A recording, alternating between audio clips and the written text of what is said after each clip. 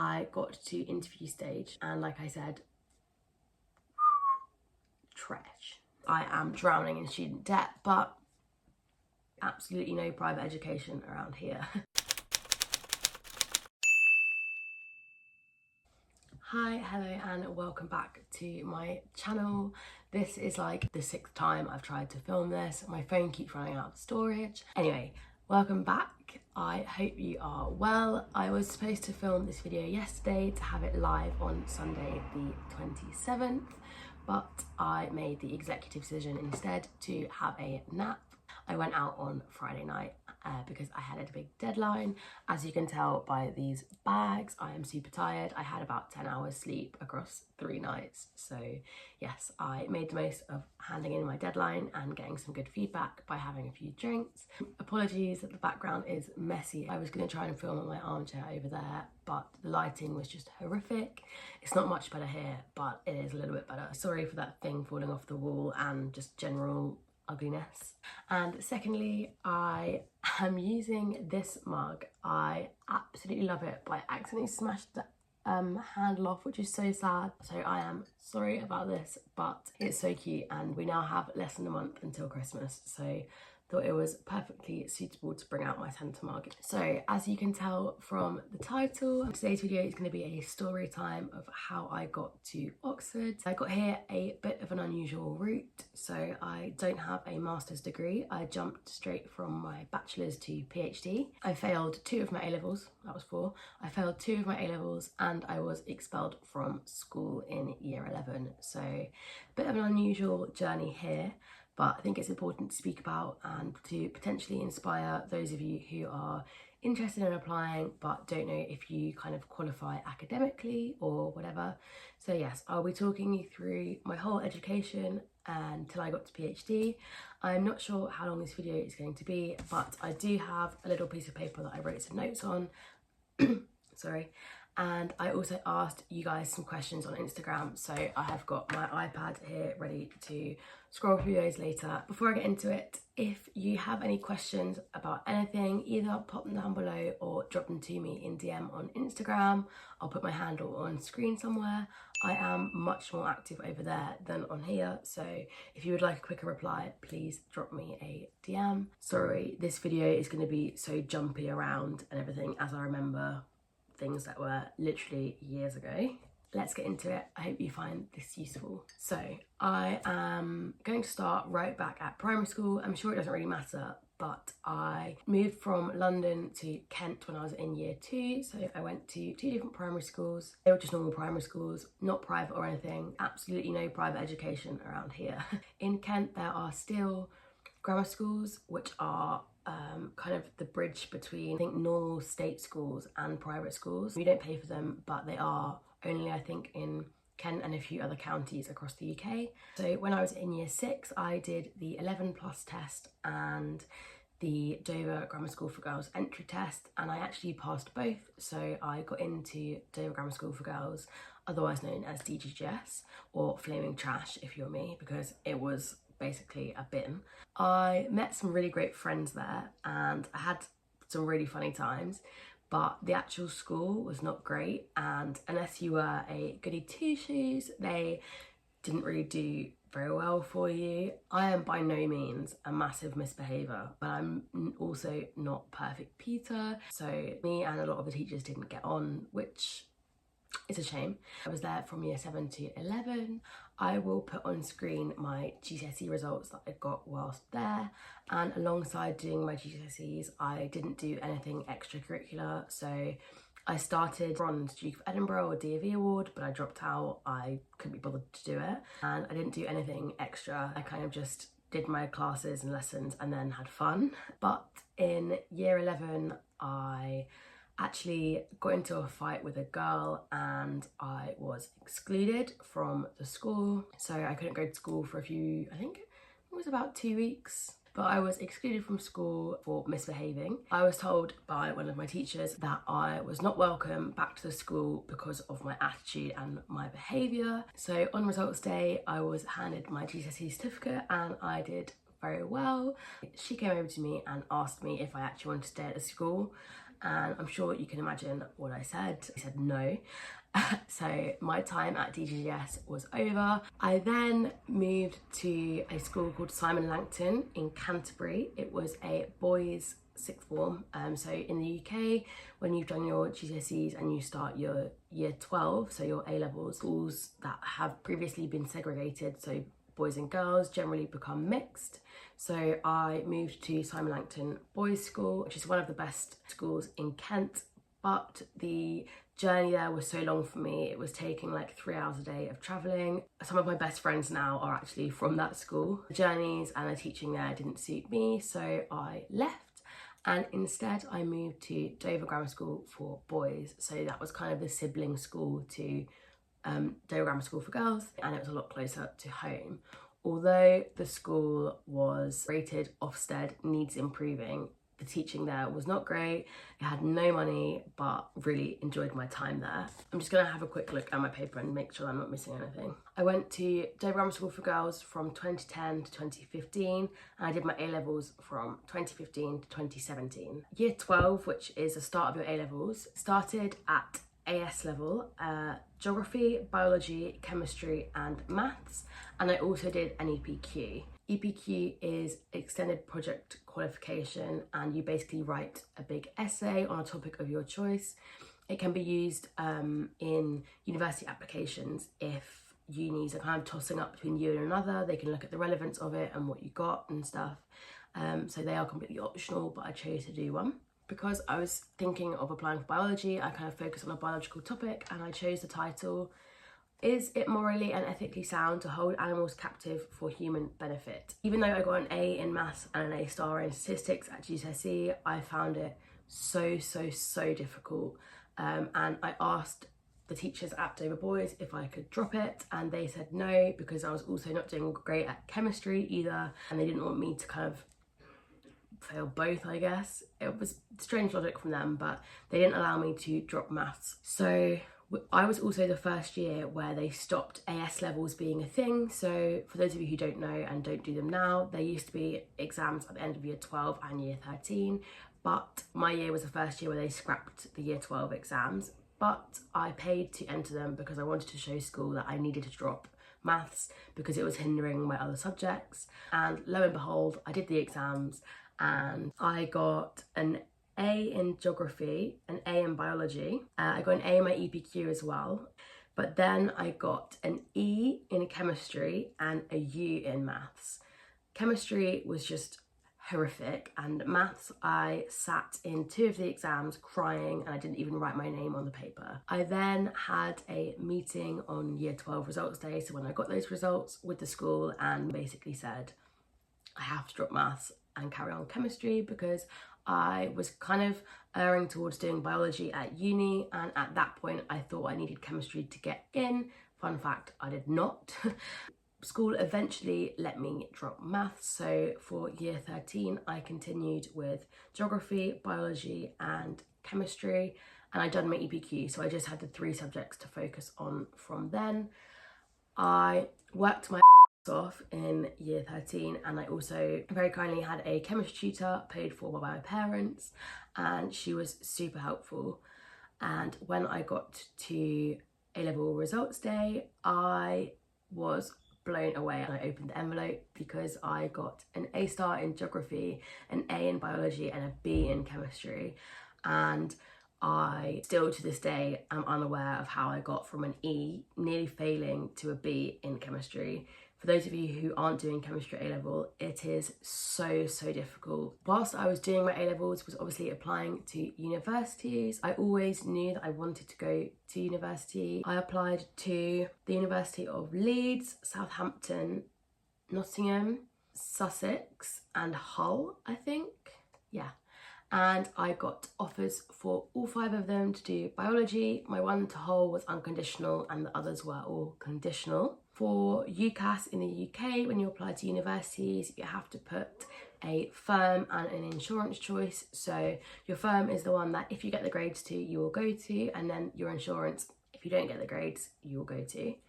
And I was so stuck between which universities to put down. Of the 5 that I'd been offered, I chose to put Nottingham as my firm choice and Southampton as my insurance, although both of them had the same entry requirements. So to get into both, I had to get AAB at A level. So I was playing a risky game by putting them both, because if I missed one, I likely missed the other. It paid off. I got the UCAS email at about 8:30, and it actually said that Southampton had rejected me, and I thought, oh my God, I have up here big time. Like, if they've rejected me, then like, I'm not going to get into Nottingham either. I'm going to have to take a gap year or whatever. And I really didn't want to take a gap year. I knew that I wanted to kind of go and have fun immediately. But then about 5 minutes later, Nottingham emailed and they had accepted my offer, and that is why Southampton had rejected me.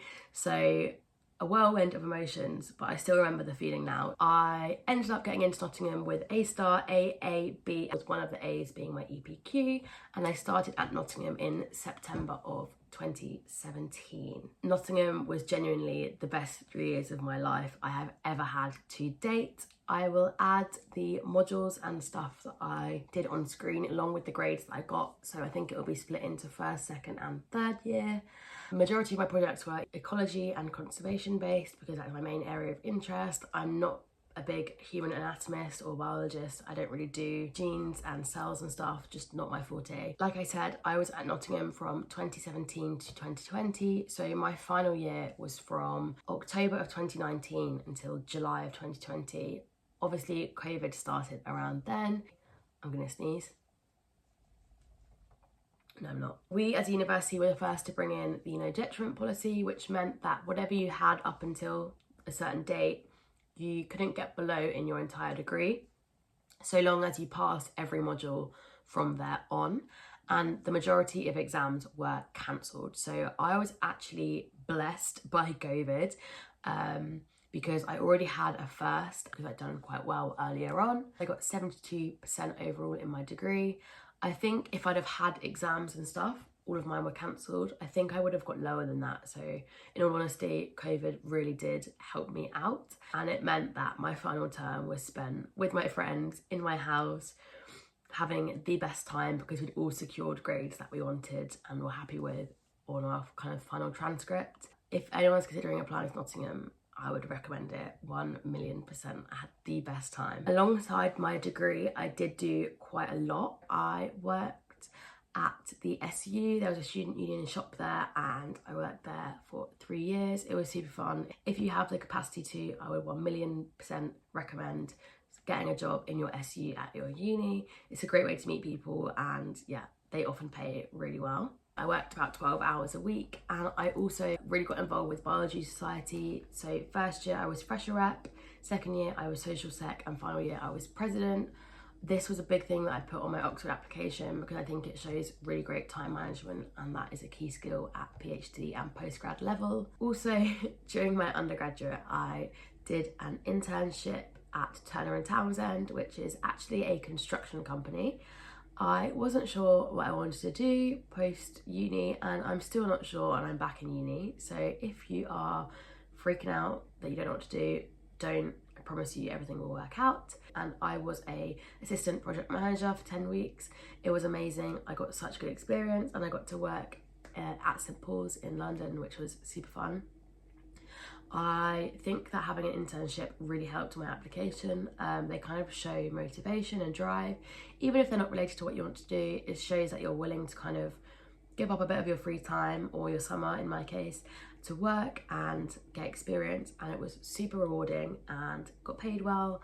So yeah, would definitely recommend applying for an internship. Also in my final term, I had quite a lot of free time because I'd already got my first pretty much. Nottingham is home to Boots headquarters, the kind of drugstore in the UK, and they were one of the first places to start mass COVID testing. And as I was young and healthy, I offered to volunteer with them. It was not paid at all, it was completely voluntary, and I worked there for about 6 weeks. Did all of this first kind of PCR COVID tests on people, and it was actually super fun and super interesting.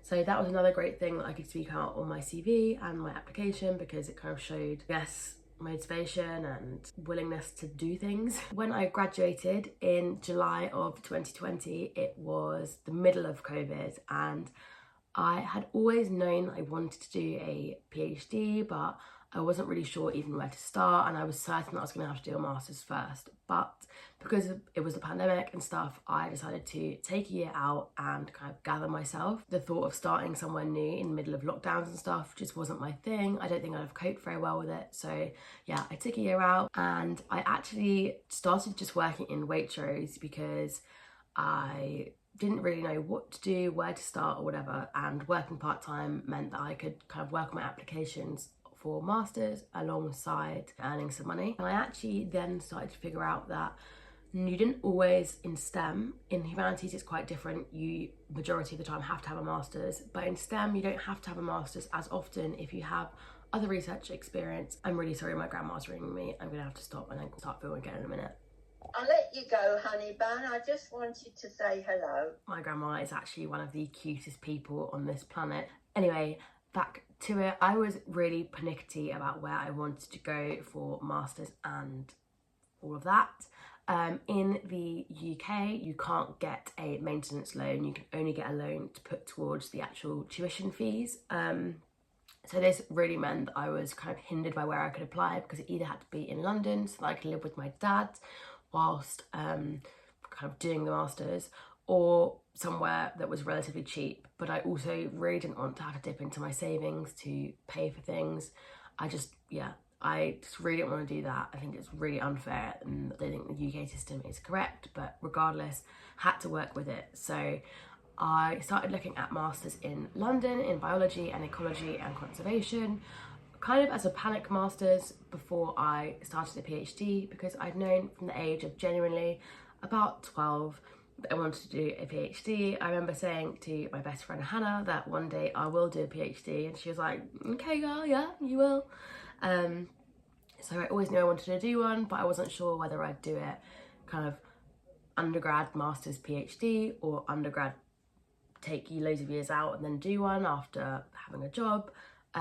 So funny how life works out. But yes, I looked around and started looking at different courses, and I was super interested in the Imperial Ecology, Evolution and Management course and the Biodiversity, Conservation and Management course at Oxford. I will link all of these courses below if anyone else is interested in similar things. But then I actually kind of started thinking about applying and biting the bullet and just looking at doing a PhD straight away, and I kind of thought, why not?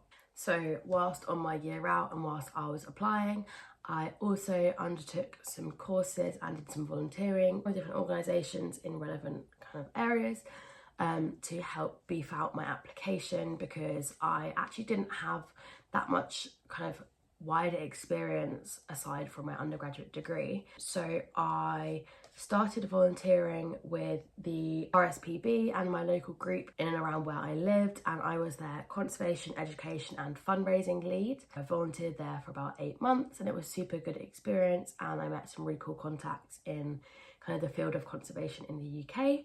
And at the same time, I was doing in-person volunteering with the London Wildlife Trust, kind of managing different scrublands and stuff. I also volunteered with the RSPCA as a micro-volunteer.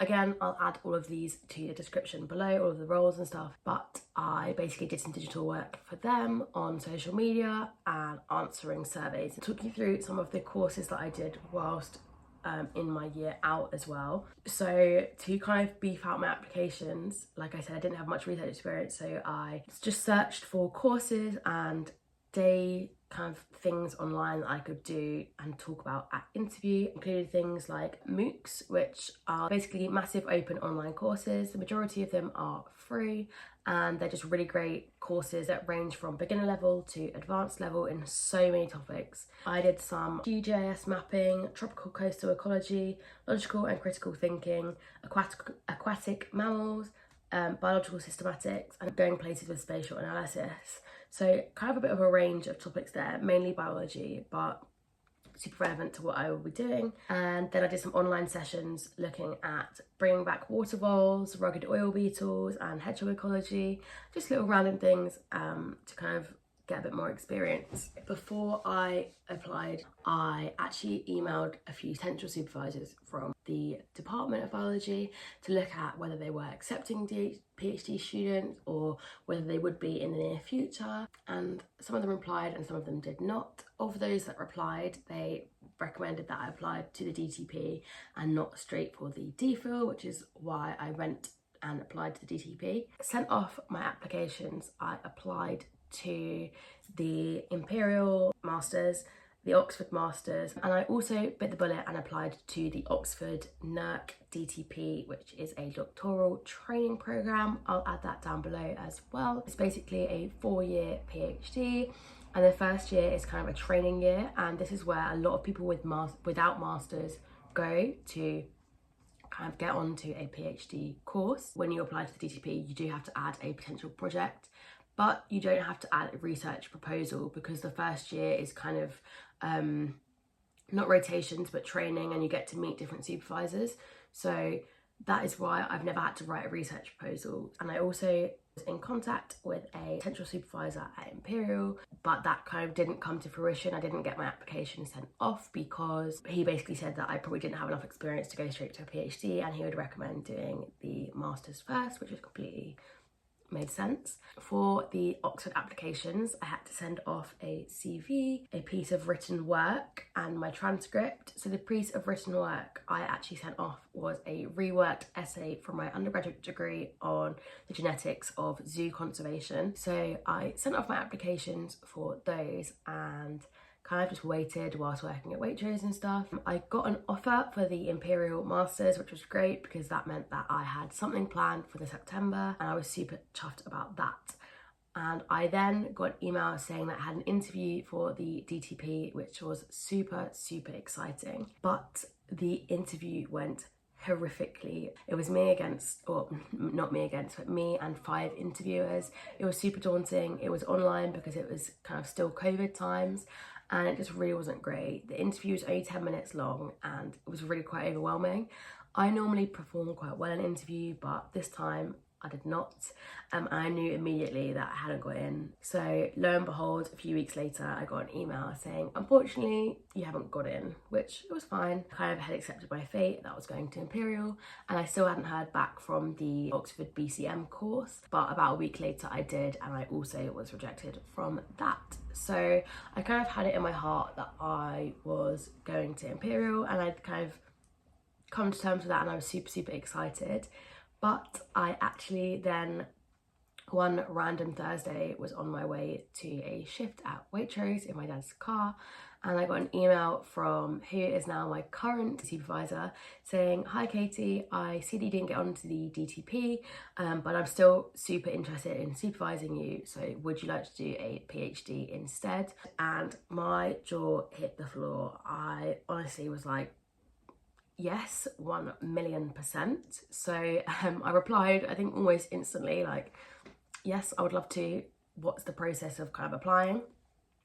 And she said, well, we'll set up an interview for her to interview me and the kind of moderator of DPhil applications at Oxford to be present as well. So 2 weeks later, I had my interview, and in that interview, I had to give a 10-minute presentation on some research that I had done before. So I did mine on Malaysian praying mantis. It's what my undergrad thesis was on, and then my interview was about 25 minutes long. I have all of my interview questions on a post on Instagram. I'll add the link to it below so you can go and have a look at them. But the interview really wasn't that stressful. After that, I had the DTP one with 5 interviewers. This felt like just a chat with a friend, to be honest. So I had my interview, and then straight after, again, I put my Waitrose clothes on and went to work. I was certain I wouldn't hear back for weeks like I had before. The BCM application took months, so I kind of just, after the interview, tried to forget about it. Obviously I couldn't, but yeah. I was then stood at the welcome desk at Waitrose on my shift, and I got an email from, I remember it so vividly, I'll also put that on screen, but it said certificate of offer, and I cannot tell you how many times my tummy turned. I was just stood at this desk, a customer was opposite me, and I was reading it, and it says like, "Dear Katie, we're pleased to offer you a place on DPhil biology at Oxford," and I was like, so that is a very, very rough kind of story of how I went from being excluded in school to kind of being offered a place on DPhil biology. And if anyone watching this is feeling unmotivated or disenchanted with what you're doing, please have faith in that everything will work out in the end, even if it's by an unconventional route. I promise everything will be fine, because if you'd have told me when I finished my undergraduate degree at Nottingham that I would be here now a year and a bit into my PhD at Oxford, I would have told you or asked you if you were on some kind of weird psychedelic drug, because I'd never even considered it. So really quickly to summarise, I went to Dover Grammar School for girls, Dover Grammar School for boys, sixth form, University of Nottingham for undergraduate. I then took a year out in 2020 and started my PhD at Oxford in 2021. I am now going to answer some of your questions that you sent me on Instagram. Let me just get them up. First one is, did you always think about going to Oxford? No, I was not even remotely bothered about applying at undergraduate, and I didn't think about it at postgraduate until George and his family and my family were like, well, why don't you apply? You have nothing to lose. So short answer, no, I had never thought about going to Oxford, and it had never really been that much of a dream of mine. Obviously now I'm completely and utterly in awe that I'm here, and I am super proud to be here, but it was never something that I kind of fixated upon or worked towards. Someone said, what kind of student were you in school, and did you ever think you'd be at Oxford again? Hopefully I've answered that as well. I was not the world's best student. I definitely wasn't the world's worst either. My school and I just weren't a match made in heaven. And no, like I just mentioned, I had never really thought of doing my PhD here. Sometimes I wish I was abroad doing my PhD. I'm so glad that I'm here, and I'm, like I said, a bit dumbstruck that I am. But sometimes I wish I had thought about applying abroad and looking at that route. Are there opportunities for someone normal to get into Oxford? Yes, 1 million, trillion, bazillion %.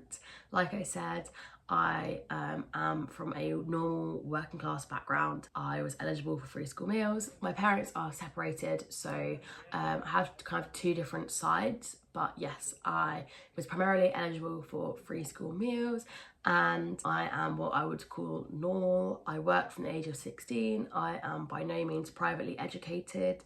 I kind of don't fit the typical Oxford persona. So there are definitely opportunities for normal people to go to Oxford, I promise.